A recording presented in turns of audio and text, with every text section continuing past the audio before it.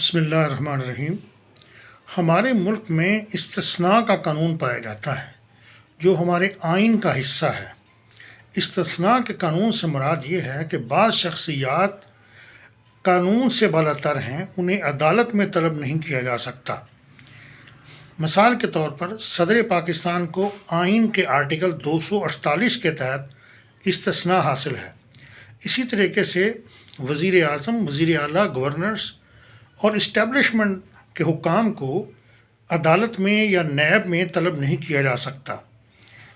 یہ ایسا قانون ہے جسے ہم بلیک لا کہیں تو زیادہ بہتر ہوگا۔ یہ ان نیچرل لا ہے، یہ ان لافل لا ہے، یہ انلیگل لا ہے، یہ اپوز ٹو شریعہ ہے، شریعت کے خلاف ہے اور ان ایتھیکل ہے۔ ہم سمجھتے ہیں کہ قانون سے بالا تر کوئی بھی نہیں ہے۔ جو بھی شخص کسی ملک کا شہری ہے، چاہے وہ صدر پاکستان ہے یا نائب قاصد ہے یا عام شہری ہے، وہ قانون کے سامنے برابر ہے اور کسی معاملے، کسی مقدمے، کسی جرم یا کسی بھی چیز کی تحقیق کے لیے اسے عدالت میں طلب کیا جا سکتا ہے۔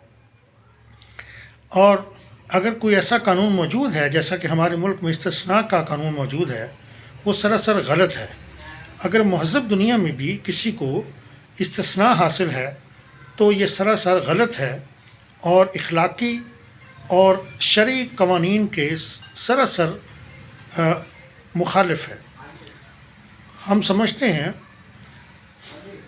پاکستان میں ایسے قانون کو ختم کر دینا چاہیے۔ جب سید یوسف رضا گیلانی وزیر اعظم پاکستان تھے تو انہیں عدالت کی طرف سے یہ کہا گیا تھا کہ آپ سوئس حکام کو صدر زرداری کے بارے میں خط لکھیں کہ ان کے جو اکاؤنٹس ہیں، ان کے بارے میں جو مقدمہ دائر ہے وہ اوپن کریں۔ مگر یوسف رضا گیلانی نے خط لکھنے سے گریز کیا اور یہ پلی لی کہ آئین کے آرٹیکل 248 کے تحت صدر مملکت کو استثناء حاصل ہے، لہٰذا وہ سوئس حکام کو خط نہیں لکھ سکتے۔ اس پر بعد ازاں انہیں توہین عدالت کے لیے طلب کیا گیا اور انہیں کنٹیمپٹ آف کورٹ میں ڈسکوالیفائڈ کر دیا گیا۔ ہمارے اسلام میں اس بات کا واضح اشارہ موجود ہے کہ کسی کو عدالت اور قاضی کے سامنے استثناء حاصل نہیں ہے۔ نبی مکرم صلی اللہ علیہ وسلم نے فرمایا تھا کہ اگر فاطمہ بنت محمد بھی چوری کا ارتکاب کرے تو اس کے بھی ہاتھ کاٹ دیے جائیں، یعنی اسے بھی قانون سے مبرہ قرار نہیں دیا جا سکتا اور اس کو بھی وہی سزا ملے گی جو کسی عام آدمی کو سزا ملے گی۔ اسی طریقے سے خلیفہ حضرت عمر فاروق رضی اللہ عنہ نے انصاف کے حوالے سے، عدل کے حوالے سے بے شمار مثالیں قائم کی ہیں۔ وہ بھی عدل کے معاملے میں مشہور ہیں۔ انہوں نے بھی ان دو چادروں کے بارے میں صفائی پیش کی جو انہیں مال غنیمت سے ملی تھی، اور ایک چادر ان کے اپنے بیٹے کی تھی اور ایک ان کی اپنی تھی۔ حضرت عمر کا قد چونکہ دراز تھا تو ان کو جو کرتا پہننا تھا وہ اس کے لیے کپڑا کم تھا، چنانچہ انہوں نے اپنے بیٹے سے چادر کا کچھ حصہ لیا اور اس کو استعمال کر کے اپنا کرتا مکمل کیا۔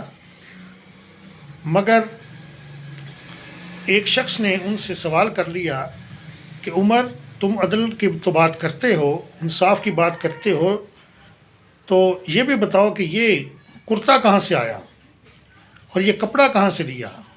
چنانچہ حضرت عمر نے اس کی وضاحت فرما دی، یعنی حضرت عمر خود کو احتساب سے اور قانون کا جو دائرہ ہے اس سے آزاد تصور نہیں کرتے تھے۔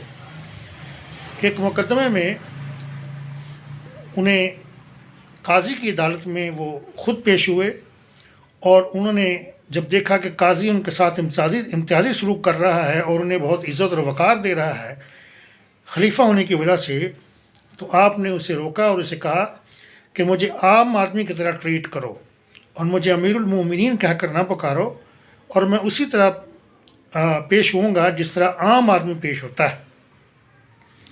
چنانچہ ہمارے ملک میں جو استثناء کا قانون پایا جاتا ہے وہ سراسر غلط ہے۔ آئین میں تقریباً 99 جو پرسنٹ جو شرح ہے، جو 99% حصہ ہے یہ آئین کا، وہ اسلام کے مطابق ہے۔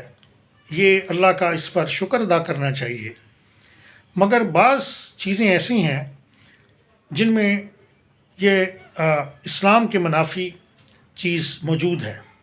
مثال کے طور پر یہی استثناء کا قانون، لا آف ایگزمپشن، یہ جو ایگزمپشن ہے یہ کسی کو بھی حاصل نہیں ہونی چاہیے، چاہے صدر ہو، گورنر ہو، وزیر اعلیٰ ہو، اسٹیبلشمنٹ ہو، آرمی چیف ہو، کوئی بھی ہو۔ کوئی معاملہ، کوئی مقدمہ ہے تو آؤ عدالت میں اور اپنی صفائی پیش کرو، اور اگر جرم کیا ہے تو اس کی سزا بھگتو، اسے جیل میں جیل میں بھیجو، اس لیے کہ قانون کی نظر میں سب برابر ہیں، قانون بالا تر ہے، اور لا کا سپریم ہونا اور لا کی جو ایکویلٹی ہے، ایکویلٹی بیفور لا، اس کو مکمل طور پر نافذ کیا جانا چاہیے۔